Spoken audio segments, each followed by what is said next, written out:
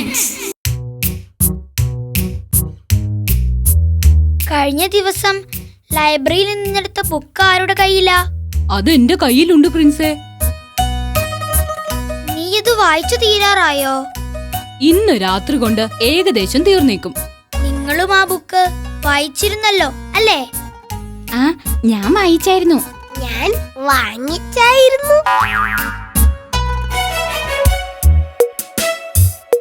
നിന്നോട് വാങ്ങിച്ചോ എന്നല്ലല്ലോ ചോദിച്ചത്, വായിച്ചോ എന്നല്ലേ? വാങ്ങിച്ചു, പക്ഷെ വായിച്ചില്ല. എന്റെ ആദം, അത് എത്ര നല്ല ബുക്കായിരുന്നു. നിനക്കത് വായിക്കാൻ മേലായിരുന്നോ? എത്ര നല്ല നല്ല കാര്യങ്ങൾ അതിലുണ്ടായിരുന്നു. അതെ, ബുക്ക് റോമക്സിന്റെ കയ്യിലുണ്ടല്ലോ, അത് ഞാൻ വാങ്ങി വായിച്ചോളാം. എന്താ പോരെ? നീ അങ്ങനെ കഷ്ടപ്പെട്ട് വായിക്കണ്ട, വേണേൽ മാത്രം മതി. അതിലെ ഫാദർ ഡാമിയന്റെയും മദർ തെരേസയുടെയും ഒക്കെ കഥകൾ ഒന്ന് വായിച്ചാൽ നമ്മൾ നാം പോലും അറിയാതെ മറ്റുള്ളവരെ സഹായിച്ചു പോകും. ശരിയാ റോമിക്സേ, ഇരുവരുടെയും കഥകൾ വായിച്ചിട്ട് എന്റെ കണ്ണുകൾ നിറഞ്ഞു. ആണോ? പിന്നല്ലേ.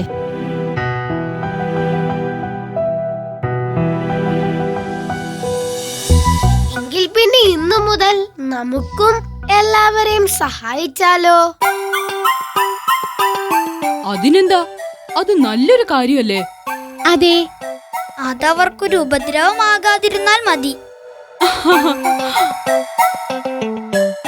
ഇന്നു മുതൽ ഈ ആദത്തിന്റെ കണ്ണിൽ പെടുന്നവരാരും തന്നെ സഹായം കിട്ടാതെ ബുദ്ധിമുട്ടില്ല. എന്റെ കർത്താവേ, ഇവൻ എങ്ങാനും ആ ബുക്ക് വായിച്ചിരുന്നെങ്കിലോ? അതെ, ബുക്ക് വായിക്കാഞ്ഞിട്ടിങ്ങനെ. ഇവനിത് ഓവറാക്കും, നോക്കിക്കോ. ഞാൻ ആ ബുക്ക് വായിച്ച ശേഷം എല്ലാവരെയും സഹായിക്കാനുള്ള മനസ്സ് തോന്നുന്നു എന്ന കാര്യം മമ്മിയോടും ഗ്രാൻഡ്മയോടും ഒക്കെ ഞാൻ പറഞ്ഞു. അവരെല്ലാം വളരെ സപ്പോർട്ടായിരുന്നു.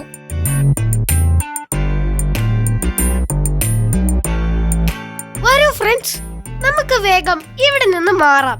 എവിടെയെങ്കിലും ആരെങ്കിലും സഹായം കിട്ടാതെ വിഷമിക്കുന്നുണ്ടാകും.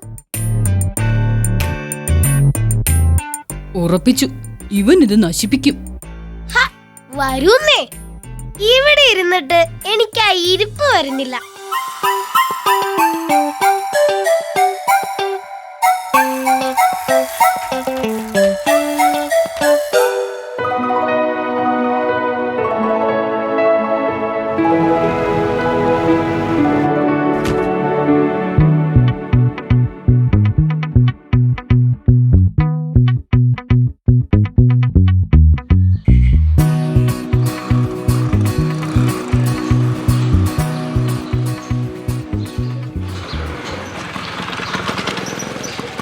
അച്ചായൻ നോക്കിയിരുന്ന് ബോറടിച്ചിട്ടുണ്ടാവും അല്ലേ?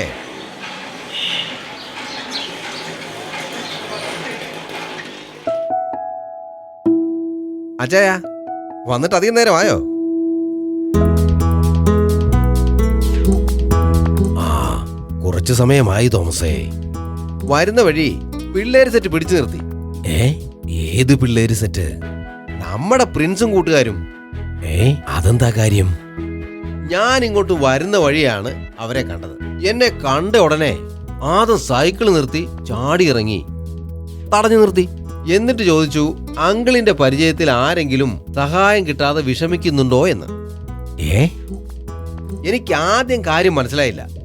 പിന്നെ പ്രിൻസ് പറഞ്ഞപ്പോഴാണ് കാര്യങ്ങളുടെ ഏകദേശ രൂപം പിടികിട്ടിയത്. കാര്യം എന്തായിരുന്നു തോമസേ? അതച്ചായ, എല്ലാവരും കൂടി ഏതോ ഒരു നല്ല പുസ്തകം വായിച്ചു. അതിലെ കുറെ നല്ല നല്ല കഥകൾ കുട്ടികളെ സ്വാധീനിച്ചു. കൊള്ളാം. അപ്പോൾ ഇതിന്റെ പ്രചോദനത്തിലാണല്ലേ അവർ തോമസിനെ തടഞ്ഞു നിർത്തി സഹായം അഭ്യർത്ഥിച്ചത്? അതെ ചായ, ഞാൻ ആദ്യം പേടിച്ചു പോയില്ലേ. പിന്നെ കാര്യം മനസ്സിലാക്കിയപ്പോ ആരെങ്കിലും സഹായം ആവശ്യമുള്ളവർ എന്റെ അടുത്ത് വന്നാൽ നിങ്ങളെ അറിയിച്ചേക്കാമെന്ന് പറഞ്ഞ് ഒരു വിധത്തിൽ അവരെ സമാധാനിപ്പിച്ചു. ഇവരുടെ ഒരു കാര്യം.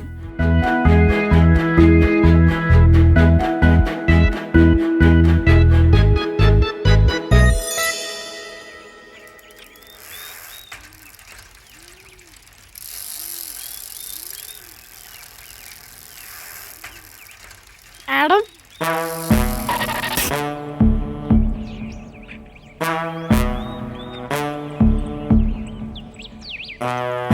ആ ഫെലിക്സേ, നീ ഇത് എവിടുന്ന് വരുന്ന വഴിയാ? ഞാൻ ഗാർഡനിൽ നിന്നാ വരുന്നത്.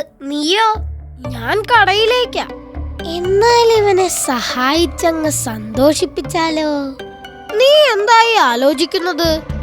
നീ ഇവിടെ നിൽക്ക്, എന്നിട്ട് കടയിലേക്കുള്ള ലിസ്റ്റ് എന്റെ കയ്യിൽ താ. അതെന്തിനാ? ഈ വെയിലത്ത് നീ എങ്ങനെ അവിടെ വരെ പോവാനാ? എന്റെ കയ്യിലാണേൽ സൈക്കിളും ഉണ്ട്. നീ ആ ലിസ്റ്റ് ഇങ്ങ് താ ഫെലിക്സ്. എങ്കിൽ ശരി, ഞാൻ ഇവിടെ നിൽക്കാം. മിടുക്കൻ. എങ്കിൽ ലിസ്റ്റ് താ. ലിസ്റ്റ് ഒന്നുമില്ല, എനിക്ക് 100 ഗ്രാമ്പു ആണ് വേണ്ടത്. ഓക്കെ, എന്നാൽ നീ ഇവിടെ നിൽക്ക്.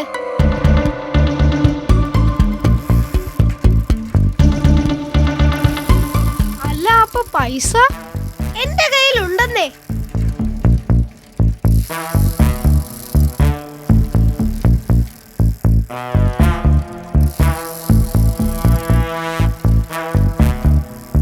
ഷടാ, ഇവനിതെന്തു പറ്റി? ഹോ, ഒരാളെ എത്ര പെട്ടെന്ന് സഹായിക്കാൻ പറ്റുമെന്ന് എനിക്ക് തോന്നിയിരുന്നില്ല.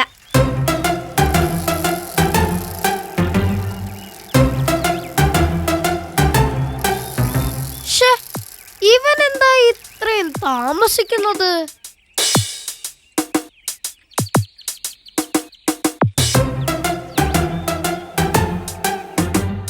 ഫെലിക്സ്, വന്നല്ലോ. എടാ ഫെലിക്സേ, നീ ഏത് പൂവാണ് വേണ്ടതെന്ന് എന്താ പറയാഞ്ഞത്? പൂവോ? അവസാനം ഞാൻ മുല്ലപ്പൂവാ വാങ്ങിയത്. കുഴപ്പമില്ലല്ലോ അല്ലേ? താവേ, മുല്ലപ്പൂവോ? പിന്നെ പൂവൊക്കെ ഗ്രാമിനല്ല, മുഴത്തിനാ കൊടുക്കുന്നത്. നീ എന്നോട് 100 ഗ്രാം എന്നാ പറഞ്ഞത്. എന്റെ ആടം, ഞാൻ നിന്നോട് 100 ഗ്രാം പൂ വാങ്ങാനല്ലേ പറഞ്ഞത്? നീ കേട്ടത് 100 ഗ്രാം പൂ എന്നാണോ? അയ്യോ, അപ്പോൾ പൂവല്ലായിരുന്നോ നിനക്ക് വേണ്ടത്? പലരെയും കണ്ടിട്ടുണ്ട്, ഇങ്ങനൊരുത്തനെ ആദ്യമായിട്ടാ കാണുന്നത്.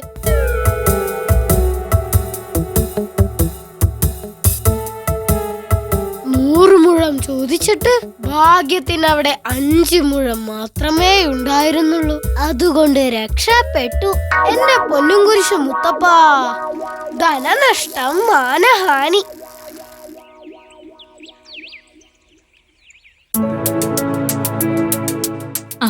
പറയാൻ മറന്നു.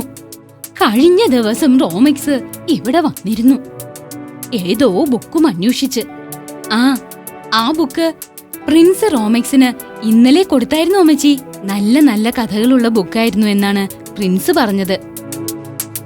ഓഹോ, അപ്പോ ഈ ബുക്ക് വായിച്ചതിന്റെ ഉണർവിലാണ് പ്രിൻസ് എന്നോട് ഒത്തിരി സംസാരിച്ചത്. എല്ലാം മറ്റുള്ളവരെ സഹായിക്കുകയും പരിപാലിക്കുകയും ചെയ്യുന്ന കാര്യങ്ങളായിരുന്നു.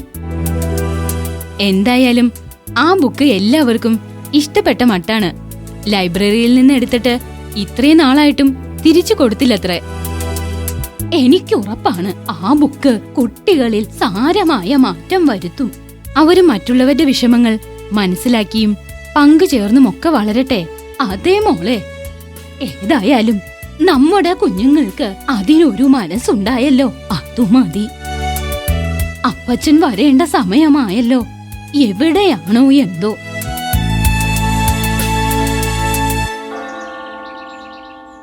എന്നാൽ തോമസേ, അടുത്ത ദിവസം കാണാം. അച്ഛൻ എന്നാ ഇറങ്ങിക്കോളൂ.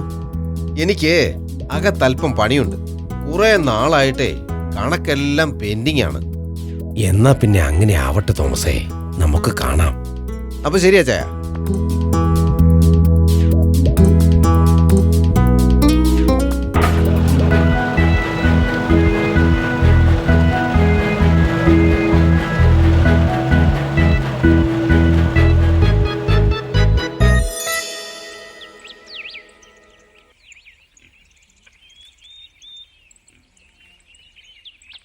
ഫെലിക്സേ. Hi grandpa. മോൻ എവിടെ പോയതാ? കടയിൽ പോയതാ ഗ്രാൻഡ്പാ. ഈ നേരത്തോ? അത് ആഡം എന്നെ ഒന്ന് സഹായിച്ചതാ ഗ്രാൻഡ്പാ. ആദമിന്റെ അടുത്തോ?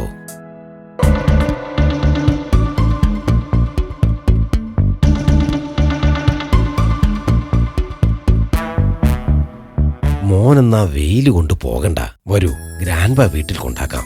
സാരമില്ല ഗ്രാൻഡ്പാ, ഏതായാലും വഴക്കുറപ്പാ. ഇനി എന്നെ വഴക്ക് പറയുന്നത് ഗ്രാൻഡ്പാ കൂടെ കേൾക്കണ്ട. അതൊന്നുമില്ല, വരൂ ഗ്രാൻഡ്പ മോനെ അവിടെ കൊണ്ടുചെന്നാക്കാം.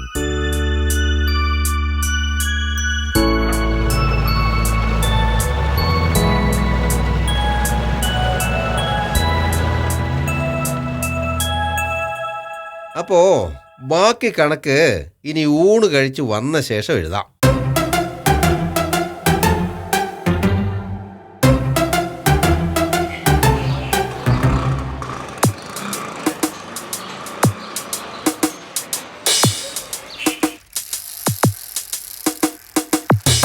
ഹായ്, വീണ്ടും തോമസ് അങ്കിൾ.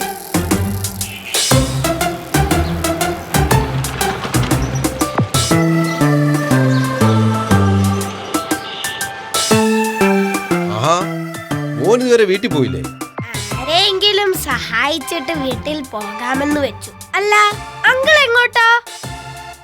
അല്ല, ഞാൻ വീട്ടിലേക്കാ മോനെ ഊണ് കഴിക്കാൻ. എങ്കിൽ അങ്കിളിന്റെ സൈക്കിളിന്റെ പുറകിൽ കയറിക്കോളൂ. അപ്പോൾ സ്കൂട്ടറോ? അത് ഇവിടെ എവിടെയെങ്കിലും വച്ചേക്ക്. അല്ലേ വേണ്ട, ഞാൻ അങ്കിളിന്റെ വീട്ടിൽ പോയിട്ട് ഊണ് വായനശാലയിൽ എത്തിക്കാം. എന്റെ മോനെ വേണ്ട, ഞങ്ങൾ എല്ലാവരും ഒരുമിച്ചിരുന്ന് ഊണ് കഴിക്കുന്നതാ പതിവ്. എന്നാൽ ഞാൻ എല്ലാവരെയും വായനശാലയിലേക്ക് എത്തിച്ചാലോ? നിന്റെ ഒരു കാര്യം, നീ ഈ വെയിലും കൊണ്ട് നിൽക്കാതെ എന്തെങ്കിലും ഒന്ന് കഴിച്ചിട്ട് വാ. എന്നാൽ ശരി, ഞാൻ അടുക്കളയിൽ പോയി മമ്മിയെ സഹായിക്കട്ടെ. എന്നാ പിന്നെ അങ്ങനെ ആവട്ടെ.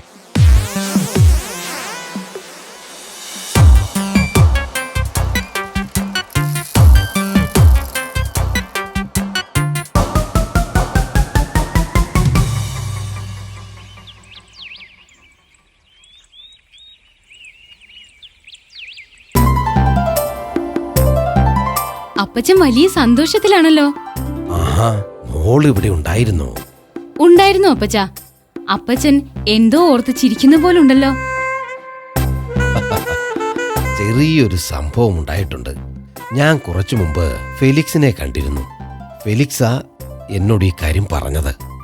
എന്താ അപ്പച്ച കാര്യം? ഇവർ ഏതോ ബുക്ക് വായിച്ച് ഇപ്പോൾ എല്ലാവരെയും സഹായിക്കാനുള്ള മനസ്സുമായാണ് ഈ നടക്കുന്നതൊക്കെ. ബാക്കി 3 പേർക്കും അത്ര പ്രശ്നമില്ല.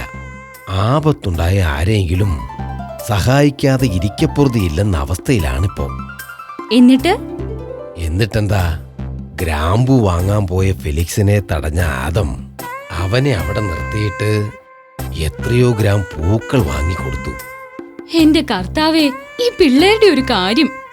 ഞാൻ ആ കാര്യം ഓർത്ത് ചിരിക്കുകയായിരുന്നു.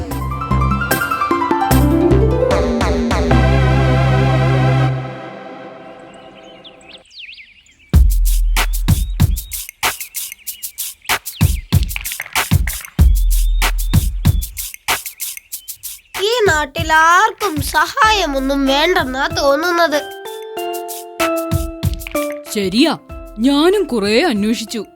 അല്ല, സഹായം വേണ്ടവർ നമ്മളെയല്ല സമീപിക്കേണ്ടത്. അതെ, പക്ഷേ നമ്മൾ എല്ലാവരെയും സഹായിക്കാൻ നിൽക്കുകയാണെന്ന് അവർക്കറിയില്ലല്ലോ. എന്നാ നീ ഒരു ബോർഡും പിടിച്ചോണ്ട് നടക്ക്. അതൊരു നല്ല ഐഡിയ ആണല്ലോ പ്രിൻസേ. ഓ, അവൻ നിന്നെ കളിയാക്കിയതാടാ. ഇനി മുതൽ നമ്മൾ ആരുടെയും അടുത്ത് അങ്ങോട്ട് സഹായിക്കണോ എന്ന് ചോദിക്കുന്നില്ല. പകരം അവർ ഇങ്ങോട്ട് വന്നാൽ സഹായിക്കാം. എന്തേ? ദേ, അതാ അതിന്റെ ഒരു ശരി. ദേ നോക്കിക്കേ, നമ്മുടെ സഹായം തേടി ആരാ വരുന്നതെന്ന്. എന്റെ ആദം, നീ ഒന്നും മിണ്ടാതിരിക്ക്. അവൻ വേറെ എന്തെങ്കിലും ആവശ്യത്തിനായിരിക്കും വരുന്നത്.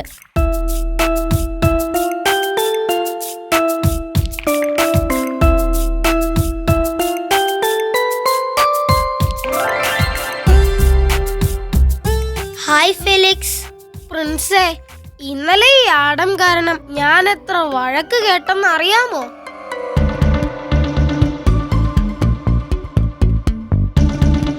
അത് സ്വാഭാവികമായ ഒരു തെറ്റിദ്ധാരണയുടെ. നീ ഒരക്ഷരം മിണ്ടരുത്. നിങ്ങൾ എന്തിനാ ഇങ്ങനെ സ്വയം വിലയിടിച്ച് കാണിക്കാൻ ശ്രമിക്കുന്നത്? നാണക്കേടായി. എനിക്ക് അപ്പോഴേ അറിയാമായിരുന്നു ഇവൻ ഇത് കുളമാക്കുമെന്ന്. ഫ്രണ്ട്സ്, നിങ്ങൾ വിഷമിക്കാൻ പറഞ്ഞതല്ല. പാത്രം അറിഞ്ഞേ വിളമ്പാവൂ എന്നാ ആ ചൊല്ല് കേട്ടിട്ടില്ലേ? സഹായം ആവശ്യമുള്ളവർക്കേ നൽകാവൂ, അല്ലെങ്കിൽ അതിന് വില കാണില്ല.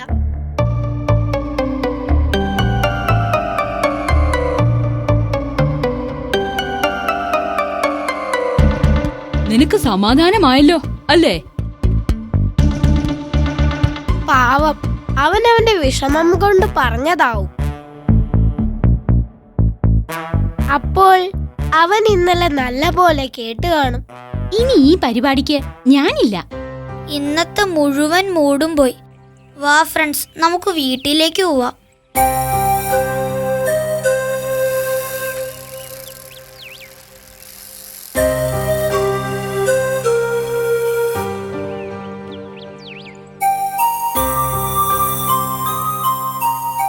എന്താ, എന്തുപറ്റി? ആരുടെയും മുഖമത്ര ഓക്കെ അല്ലല്ലോ. ഗ്രാൻഡ് പാ, ഇത്തവണ ഞാൻ ആ കുഴപ്പക്കാരൻ. ഞാൻ ചെയ്ത തെറ്റുകൊണ്ട് എന്റെ ഫ്രണ്ട്സ് മുഴുവൻ കൊച്ചാകേണ്ടി വന്നു. ഫെലിക്സിന്റെ കാര്യമാണോ ആദം നീ പറയുന്നത്? അക്കാര്യം ഗ്രാൻഡ് പറഞ്ഞല്ലേ? അന്ന് സാധനങ്ങളുമായി തിരികെ വെയിലത്ത് വന്ന ഫെലിക്സിനെ ഞാനാണ് വീട്ടിലെത്തിച്ചത്. നിനക്ക് സമാധാനമായല്ലോ അല്ലേ? ഇനിയൊരു മനുഷ്യനെ സഹായിക്കുന്ന പണിക്ക് ഞാൻ നിൽക്കില്ല. നോക്കിക്കോ. അങ്ങനെയല്ല മോനെ, ആവശ്യമുള്ളവന് മാത്രം സഹായം നൽകുക. ഫെലിക്സിന്റെ അതേ വാക്കുകൾ.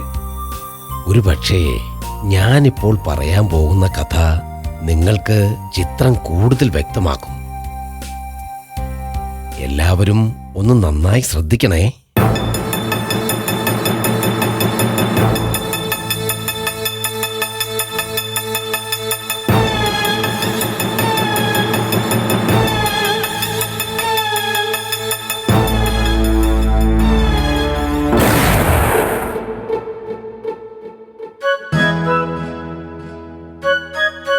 ഒരു പ്രഭാതം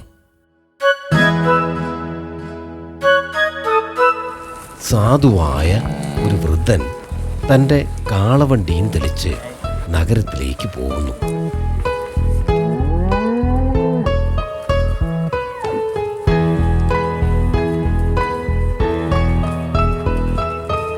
തൻ്റെ കാർഷിക വിളകൾ നഗരത്തിലെത്തിക്കുക എന്നതായിരുന്നു അയാളുടെ ലക്ഷ്യം. ആ ഇടുങ്ങിയ വഴിയിലൂടെ കാളവണ്ടി അയാളെയും കാർഷിക ഉൽപ്പന്നങ്ങളെയും വഹിച്ചുകൊണ്ട് നീങ്ങി.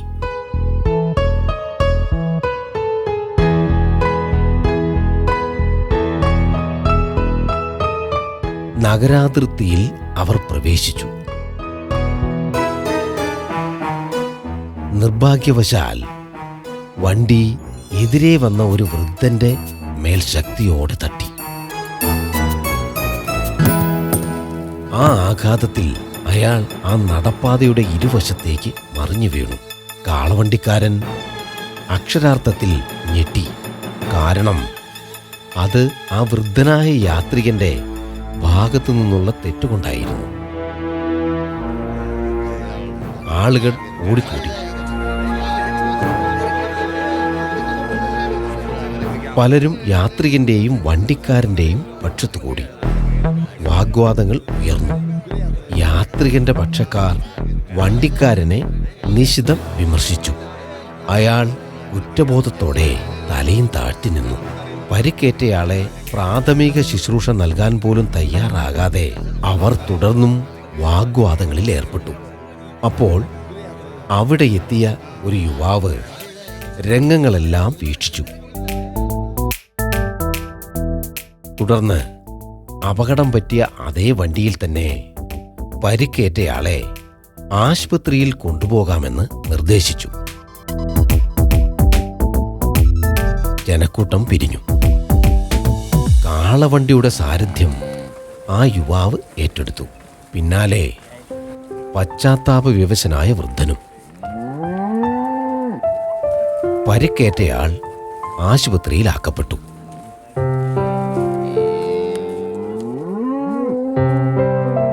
ശേഷം തന്നെ അറിയുമോന്ന് യുവാവ് വൃദ്ധനോട് ചോദിച്ചു. വൃദ്ധൻ ഇല്ലെന്ന് മറുപടി നൽകി. അപ്പോൾ യുവാവ് ഒരു പഴയ കഥ പറഞ്ഞു. 17 വർഷങ്ങൾക്ക് മുൻപ് ഒരു ഭക്ഷണശാലയിൽ നിന്ന് ആരോ വലിച്ചെറിഞ്ഞ ഒരു എച്ചിലില നായ്ക്കൂട്ടത്തിനോട് മല്ലിട്ട് സ്വന്തമാക്കാൻ വെമ്പുന്ന ഒരു ബാലനെ നല്ലവനായ ഒരു മനുഷ്യൻ കൂടെ കൂട്ടിക്കൊണ്ടുപോയി നല്ല ആഹാരം വാങ്ങി നൽകി. ഈ പ്രായത്തിൽ എനിക്കും ഒരു മകനുണ്ടെന്ന് പറഞ്ഞാണ് അയാൾ അന്ന് പിരിഞ്ഞത്.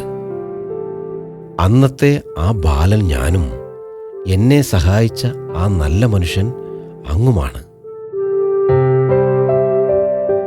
തന്റെ നല്ല കാലത്തെ ഒരു സൽപ്രവൃത്തി തനിക്ക് ഉപകാരമായി വന്ന ആ നിമിഷത്തെ അദ്ദേഹം കൃതാർത്ഥതയോടെ കർത്താവിൽ സമർപ്പിച്ചു.